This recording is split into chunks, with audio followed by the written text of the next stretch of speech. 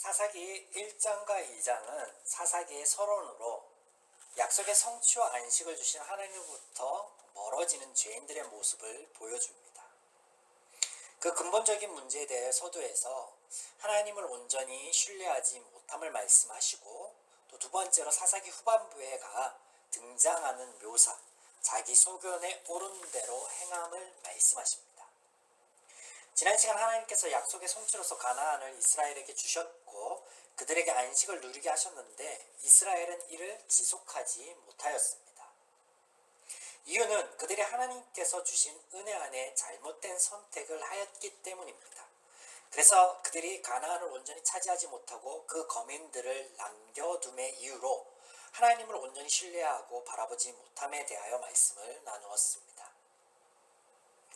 오늘 2장의 두 번째 서두에는 이런 이유가 다시 등장합니다.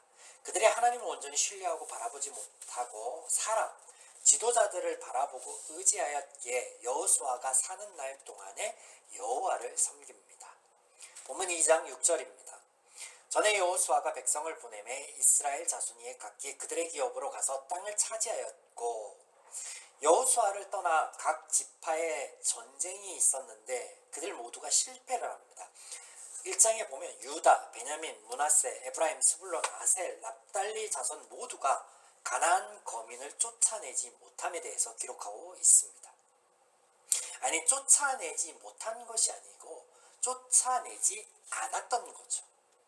하나님의 약속과 성취가 아닌 사람을 바라봄으로 이것을 실패했다는 것. 본문 7절입니다. 백성이 여호수아가 사는 날 동안과 여호수아 뒤에 생존한 장로들, 곧 여호와께서 이스라엘을 위하여 행하신 모든 큰일을 본 자들이 사는 날 동안에 여호와를 섬겼더라. 그렇게 여호수아, 장로, 큰일을 본 자들의 기대어 신앙을 유지하였던 이스라엘의 결과, 하나님께서 그들에게 말씀하신 같이 올무가 되고 가시가 되어 그들에게 돌아왔다라는 거죠. 2장 11절입니다. 이스라엘 자손이 여호와의 목전에 악을 행하여 바알들을 섬기며. 길갈에서 복음으로 오신 하나님, 이스라엘에게 그들의 문제가 무엇이며 그 결과가 어떠할지 말씀하실 때 이스라엘이 울며 거기서 여호와께 제사를 드렸습니다. 이 일이 있은 후 상황이 나아졌는가, 변화되었는가, 달라졌는가? 아닙니다. 오히려 더 악화되었다라는 거예요. 전국에는 이스라엘이 하나님을 버리고 바알과 아스다롯을 섬기게 되었다라는 거예요. 그들이 남겼던 이방 민족의 신들이 그들로 하여금 하나님을 버리고 그 신들을 섬기게, 동화되게 만들었다라는 거예요. 이 11절 앞에 이런 말씀이 있습니다. 그 세대의 사람들도 다 그 조상들에게로 돌아갔고 그 후에 일어난 다른 세대는 여호와를 알지 못하며 여호와께서 이스라엘을 위하여 행하신 일도 알지 못하였더라. 누군가에 기대어 신앙생활을 하던 결과 그 누군가가 죽자 하나님에 대하여 더 이상 알지 못하게 되었다라고 말씀하십니다. 여기서 우리가 생각해 볼 또 다른 이유가 있는데, 그 이유는 그들의 하나님께서 그들 위하여 행하신 모든 일들과 약속들, 말씀들을 그들 자녀들에게 부지런하게 공유하고 가르쳐서 알게 하라라고 하신 말씀을 따르지 않았다라는 거예요. 우리는 여기서 신앙생활을 하며 부딪히게 되는 원론적인 이야기를 짚고 넘어갈 필요가 있겠는데요. 그렇다면 하나님을 알고 그분을 신뢰하며 온전히 따른다라는 것은 신앙인들에게 어떤 걸까요? 여러분, 하나님을 알고 신뢰하며 그분을 온전히 쫓는 것, 따른다라는 게 뭐예요? 어떤 모습이 그러는 거예요? 이 문제에 바른 답을 내리기 위해서는 항상 선행되어야 될 그것, 우리가 먼저 하나님을 알아야 된다라는 거예요. 지식적인 측면뿐만 아니라 경험을 통하여 하나님에 대하여 온전한 알미 있어야 돼요. 여호수아서 23장의 표현대로라면 마음과 생각에 이르기까지 전인격적으로 하나님에 대한 바른 알미 필요합니다. 그 알매서부터 우리의 삶 가운데 우리는 언제나 선택이라는 문제에 직면하게 될 때, 그때 세상의 원리와 방식 혹은 내가 지금까지 해오던 방식이 아닌 하나님께서 말씀하신 하나님의 방식과 원리를 택해야 된다라는 거예요. 그래서 그 선택의 문제에서 하나님의 원리, 하나님의 방식을 택하는 것, 그런 우리의 모습이 하나님을 온전히 신뢰하며 믿고 따르는 것이다 라는 거예요. 이해가 되시죠? 하나님에 대하여 알지 못하는 다음 세대를 위하여 하나님께서 어떤 일을 하시냐면 사사를 세우십니다. 사사. 그리고 또다시 사사와 우상 사이에서 이스라엘의 선택을 하나님은 기다리십니다. 제가 여호수아 강의 마지막 무렵부터 드렸던 말씀, 하나님께서는 인간들에게 전적인 은혜만을 주시고 그 후에 인간의 선택을 기다리신다. 사사를 통하여 구원의 은혜를 베푸십니다. 그리고는 다시금 기다리시는 거예요. 그들이 사사를 택할지 혹은 여전히 그들 안에 남아있는 우상을 택할지. 2장 16절, 17절입니다. 여호와께서 사사들을 세우사 노략자의 손에서 그들을 구원하게 하셨으나 그들이 그 사사들에게도 순종하지 아니하고 오히려 다른 신들을 따라가 음행하며 그들에게 절하고 여호와의 명령을 순종하던 그들 조상들의 행하던 길에서 속히 치우쳐 떠나 그와 같이 행하지 아니하였더라.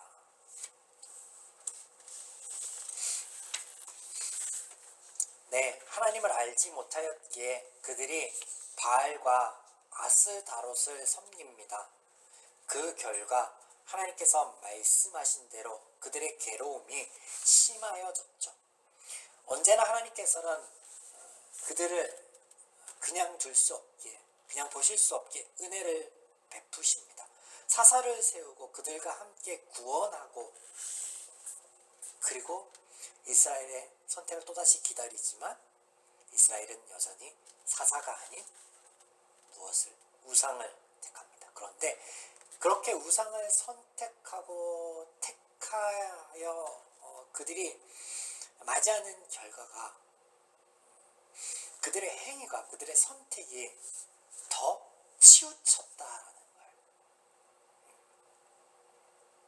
오히려 다른 신들을 따라가 음행하며 더욱더 하나님 아닌 우상을 선택하기에 바빠졌다, 빨라졌다라는 거예요. 여러분, 이는 그들이 여호수아와 갈렙이 아니며 출애굽과 광야의 모든 여정을 경험하지 않았기 때문이 아닙니다. 모든 이들이 하나님의 은혜와 구원을 경험하였습니다. 하나님의 역사를 눈으로 보았고 하나님을 알게 됩니다. 그러므로 결국 죄인들의 실패는 하나님의 은혜와 역사와는 무관하게 그들의 선택의 결과라는 거예요. 에덴에서처럼 자기 소견에 옳은 대로 행하였더라. 이 결과라는 거예요. 하나님께서 이집트에서 이스라엘을 구원하심과 같이 사사들을 통하여서 거민들의 손에서, 가나안 거민들의 손에서 그들을 구원하셨어요. 그리고 그 과정을 통하여서 광야의 과정에서처럼 하나님의 방법과 하나님의 말씀, 하나님의 원리를 알려주십니다. 그럼에도 불구하고 그들은 그들의 소견에 오른 대로 행하였다라는 거예요. 하나님의 은혜의 역사는 무관하게 그들의 선택의 결과이다라는 거예요. 하나님은 이런 이스라엘의 선택에 대해서 어떻게 하셨을까요? 성경에 의하면 하나님이 이스라엘의 이런 선택에 진노하셨다라고 쓰여 있습니다. 진노하셨다. 여호와를 진노하게 하였을 때 여호와께서 이스라엘에게 진노하사, 본문 12절과 14절의 표현대로 여기 하나님의 진노, 화냄은요 사랑의 반대말이 아니에요. 사랑의 반대급부가 아니라는 거예요. 오히려 하나님의 진노는 사랑의 외적 발현입니다. 우리가 사사기의 말씀을 유심히 보자면 하나님께서 이스라엘에게 진노하사 노력하던 자들의 손에 그들을 넘겨주었기 때문에 그들 이스라엘이 괴로워하고 또 그 괴로움이 심하여진 것 같지만 그렇지 않다라는 거예요. 정작 그 이후에는 하나님을 그들이 버렸기 때문에 그렇다는 거예요. 하나님은 오히려 하나님을 버린 그들을 구원하십니다. 누구를 통해서? 사사를 통해서. 그들의 이스라엘의 괴로움은 광야에서처럼 그들 자신의 선택의 결과, 앞서 말씀드린 것처럼 그 결과예요. 힘없고 연약한 그들이 하나님을 버리고 그들 위하여 아무것도 줄 수도 할 수도 없는 우상을 섬김으로 그들 스스로가 남긴 가나안 거민들이 그 틈을 공략하는 거예요. 그리고 또 이것 또한 하나님께서 이미 광야에서부터 무수히 말씀하여 알려주셨어요. 너희가 내가 아닌 그 거주민을 선택하고 그 거주민들이 섬기던 신들을 선택하면 이런 결과들을 맞게 될 것이다 라고.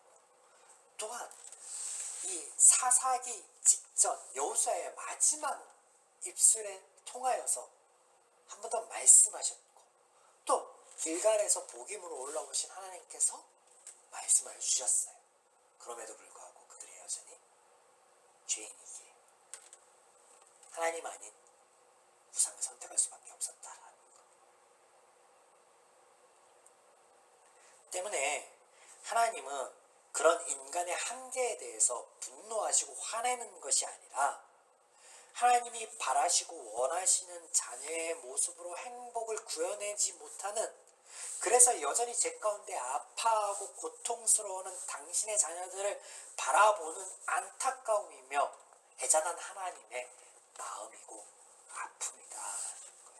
그래서 여기에 등장하는 진노라고 하는 것, 성경에 등장하는 진노라고 하는 것은 하나님의 자녀에 대한 당신의 사랑의 외적 발현다라는 거예요. 자, 이런 하나님의 사랑이 관계성 안에, 하나님과 우리의 관계성 안에서 우리가 이 진노라는 용어를 새롭게 오늘 정의 내렸듯이 또 2장 본문 안에 등장하는 용어 중에 우리가 짚고 넘어가야 될 용어들이 몇 개 있는데 한번 보시겠습니다. 이스라엘이 하나님을 온전히 섬기고 따르는 대신 그들이 이방신을 섬긴 결과 그들이 음행하게 됩니다. 17절, 그들이 그 사사들에게 순종하지 아니하고 오히려 다른 신들을 따라가 음행하며, 그들의 선택의 결과가 음행, 이렇게 이어지는데 17절에 등장하는 이 음행하게 된다라는 표현을 우리가 성경적 다른 표현을 빌리자면 이렇게 표현할 수도 있을 것 같습니다. 창녀가 된다. 음행, 간음, 창녀 등 성경에 등장하는 이런 단어들은 정말 충격적이고도 도발적인 이미지가 아닐 수 없는데요. 여러분, 창녀의 삶을 한번 떠올려 보십시오. 그들의 절박한 상황 속에서 그들은 자신을 내어주지만 그 안에 진정한 기쁨이나 사랑은 돌려받지 못합니다. 우리가 우상을 섬기면 우상과 강력한 관계를 형성하고 그 관계 안에서 우상은 우리를 이용하되 진정으로 아끼고 돌보지 않는다라는 것을 우리가 이 표현을 통해서 알 수 있다는 거예요.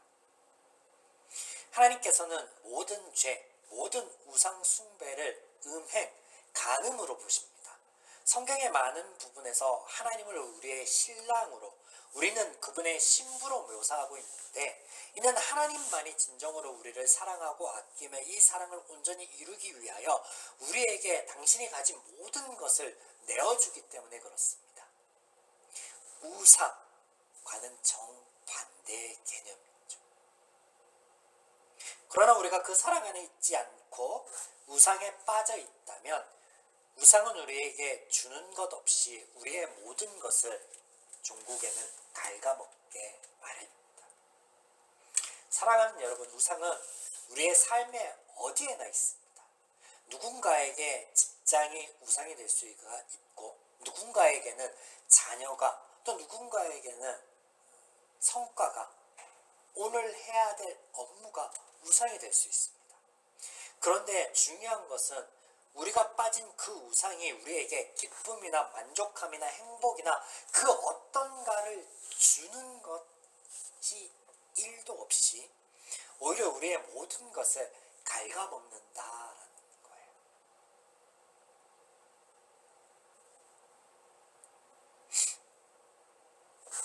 이런 죄인의 상태에 대해 표현하고 있는 용어가 창녀 간음입니다.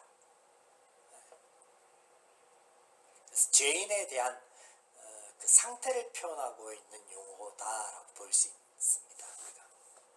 그리고 또 반대급부에서 우상과는 다른 하나님의 사랑, 하나님의 신랑됨의 책임감과 또 그 의무를 엿볼 수 있다라는 거죠. 호세아서를 보면 아주 극적인 이런 하나님의 사랑을 보여주고 계십니다.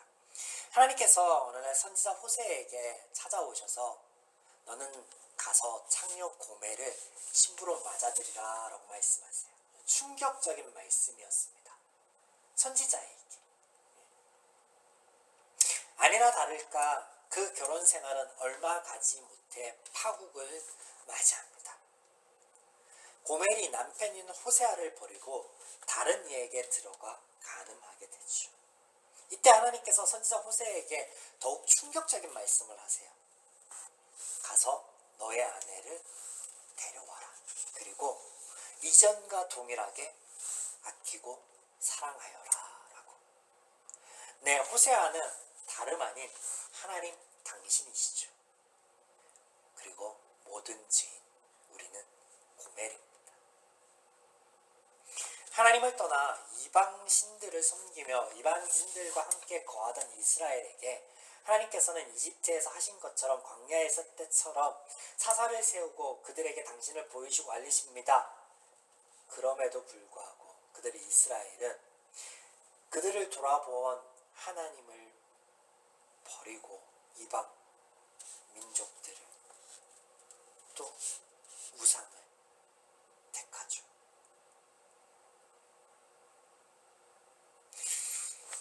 그들에게 하나님께서 사사를 보내며 구원의 은혜를 베푸셨죠. 그리고 그들 스스로가 남긴 그 거류민들을 통해서 하나님이 또 다른 은혜를 베푸시는데요.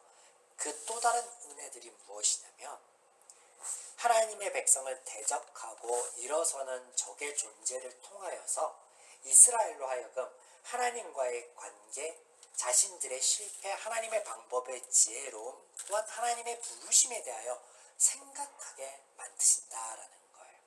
이런 표현에 대해서 2장 21절부터 3장 2절에 이렇게 하나님이 말씀하십니다. 나도 여호수아가 죽을 때 남겨둔 이방 민족을 다시는 그들 앞에서 하나도 쫓아내지 아니하리니 이는 이스라엘이 그들의 조상이 지킨 것 같이 나 여호와의 도를 지켜 행하나 아니하나 그들을 시험하려 함이라 하시니라. 여호와께서 그 이방 민족들을 머물러 두사 그들을 속히 쫓아내지 아니하셨으므로 여호수아의 손에 넘겨주지 아니하셨더라. 여호와께서 가나안의 모든 전쟁을 알지 못한 이스라엘을 시험하려 하시며 이스라엘 자손의 세대 중에 아직 전쟁을 알지 못하는 자들에게 그것을 가르쳐 알게 하려 하사 남겨두신 이방 민족들은 네, 하나님을 알지 못하는 자들, 하나님을 신뢰하고 하나님을 따르지 않는 자들, 하나님께서 다시금 은혜를 베푸셔서 하나님이 선택하게 하였을 때 더 그전보다는 심하게 하나님으로부터 등을 돌리고 우상을 선택하였던 그들에게 그들 선택의 결과를 통하여서 하나님은 또 다른 은혜를 베푸시는데 그 적들의 존재를 통하여 이스라엘에게 하나님과 이스라엘의 관계가 어떤 것이고 자신들의 실패가 무엇이며 죄의 결과가 무엇이며 하나님의 방법 지혜로움이 무엇이며 그들을 그렇게 부르시고 그들에게 구원의 은혜를 베푸시는 하나님의 부르심이 무엇인지 깨달아 알게 하시겠다라고 하시는 하나님적 은혜의 선언이 여기에 담겨 있다는 거예요. 하나님께서 이스라엘에게 주신 약속의 땅은 여호와만을 예배하는 곳이어야만 했습니다. 그런데 이제 그곳에는 여호와 외에 다른 신들까지도 예배하는 땅이 되었습니다. 사랑하는 여러분, 오늘 하나님께서 우리에게 선택하라 하십니다. 내가 서 있는 그곳에서 너는 세상과 동화될 것이냐 아니면 구별될 것이냐. 여러분, 오늘 여러분이 속하여 있는 그곳에서 어떤 선택들을 하여 가십니까? 우리가 어떤 선택을 하든 또한 잊지 말아야 될 단 한 가지의 사실은, 우리가 비록 잘못된 선택을 하며 그 결과를 맞이하여서 슬퍼하며 아파하며 힘들어할 때에도 하나님께서는 길갈에서부터 복음으로 우리의 그런 삶의 자리로 올라오신다라는 사실이에요. 우리가 하나님을 버리고 우상을 섬김으로 장려되고 간음하고 행음하는 자리에 있을지라도 하나님 안에서 구별됨을 이루지 못하고 세상과 동화되는 삶의 자리에 있을지라도 하나님은 나를 포기하지 않고 등을 돌리지 않는다는 사실이에요. 이런 하나님의 은혜가 오늘 우리로 하여금 우리의 삶의 자리에서 우리가 선택하게 할 때 그 말씀의 힘이 우리로 옳은 선택을 할 수 있도록 인도하여 주실 것을 또한 믿고 간절히 소망합니다.